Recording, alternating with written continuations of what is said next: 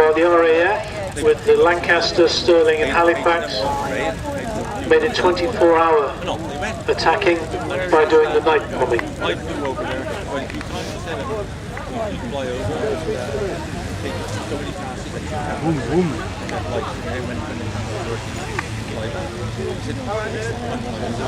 Okay, B17 on takeoff, Andy Johnson flying.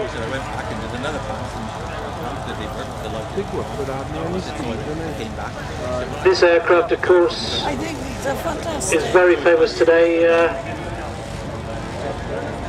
used in the movie Memphis Belle.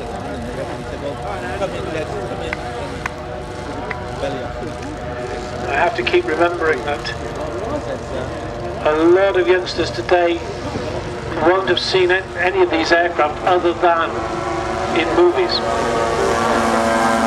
And Memphis Belle was quite a stunning film.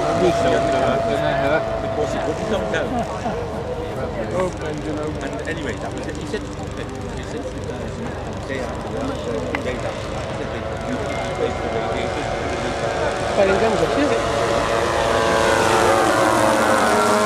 now on roll, the Avro Lancaster. This is being flown by Steve Holland. In front there's all watching it coming, there's all red flash in front of it. And he's judged that tree down the end very well.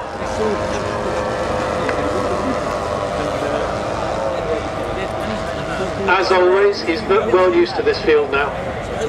So we'll see some quite close flying, and now at the end of the runway is the German mainline aircraft from the period, Uncle 111.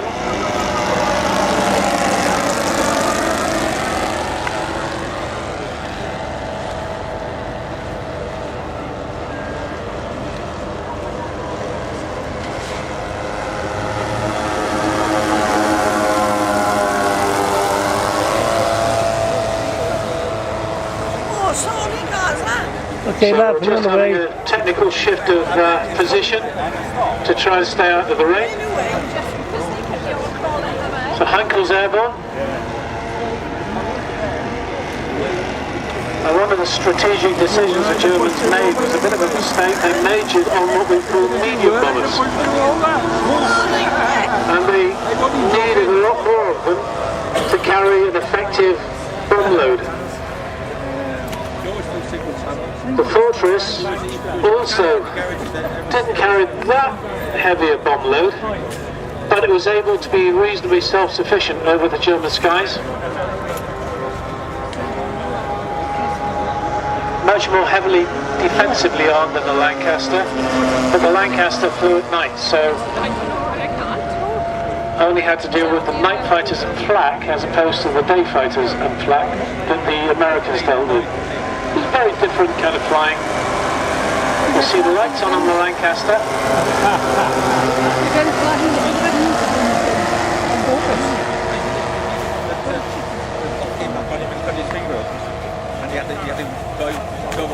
Now where else could you see three aircraft like that in the same formation other than in an LMA show? Wood sprints.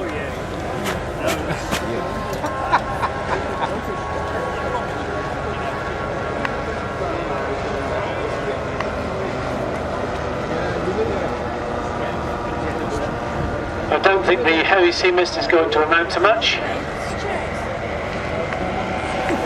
but we will try to keep it out of the electronics.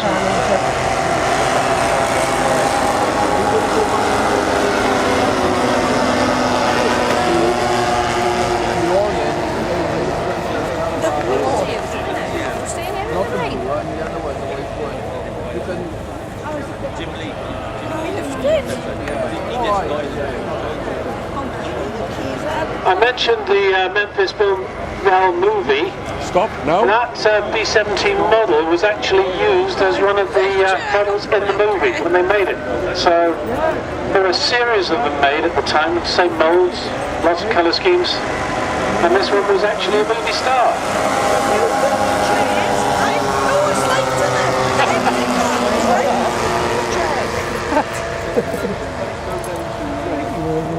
Oh, that is glorious. Oh, Lord, all right. if I take this one back, Okay. if you want that one, I've got that one. Well, Well, you've got, yeah, that's not too much. Yeah, listening to these guys communicating, working together, First I've got a three to plane keep for the that shot formation together. nice and tight. you see them earlier where they came in. There's an object lesson in how to do this.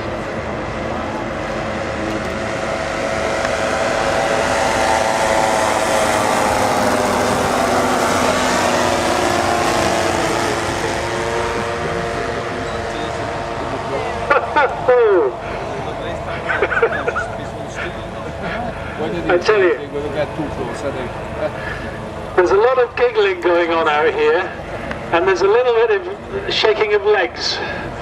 I'm not quite sure what that's supposed to mean. At least I'm going to pretend I don't know what it means. One's a piston I'm cell. fairly sure it's not plate.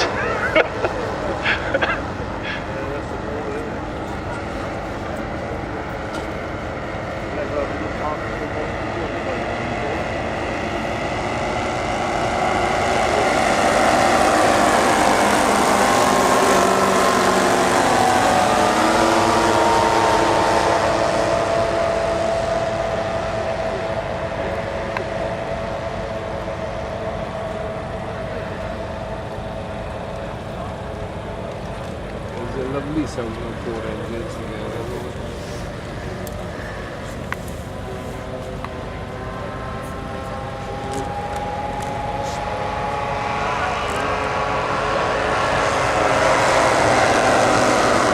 I have to tell you, these guys are throwing these around like fighters, not bombers.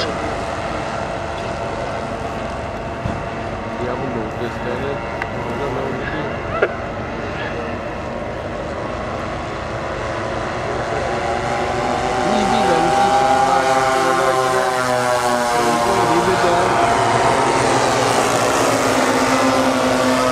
Avro passes from each of them, so named so that you can see the top of the aeroplane at a public display.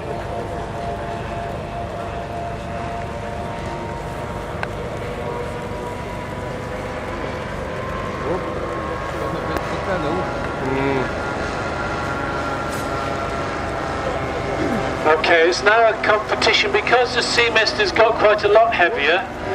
What's happening is it's a competition to see who gets the wheels down first to make the landing. And I think Steve Holland has bagged it with the Lancaster.